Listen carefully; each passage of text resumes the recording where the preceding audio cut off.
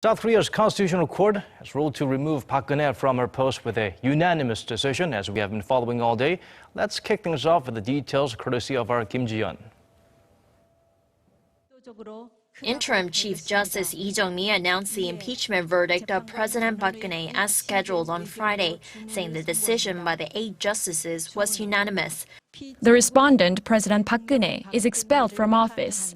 The respondent has violated the responsibility to diligently carry out her duty as stipulated in the Constitution. Justice Yi first addressed the procedural matters of the trial, where the court concluded that despite some ambiguity in the impeachment motion, it was passed legally and the court has standing to hear the case. By law, she said, an impeachment motion does not require an elaborate debate in the National Assembly. Neither did any lawmaker request one, nor was any prevented from doing so. She added that in impeachment cases, the current law dictates that a trial can proceed when there are 7 or more justices present.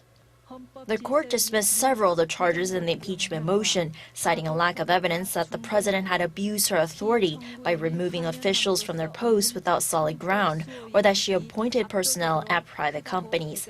Lack of evidence was also cited for the charge that the president had infringed on the freedom of the press by reprimanding local media outlets that reported on her longtime confidant Choi Soon-sil and Choi's inner circle.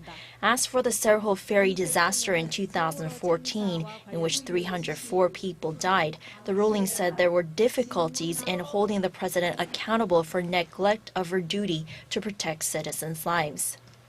Justice Yi, however, said there was a grave constitutional violation in President Park as head of state, giving Choi access to state documents, which laid the foundation for Choi to use her connection to the president for her own private gain.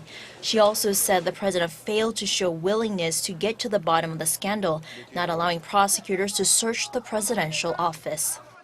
I think she regarded all these as her lack of the president's lack of willpower or the regard for the Constitution to protect what it contains in terms of giving people the trust that she will uphold it.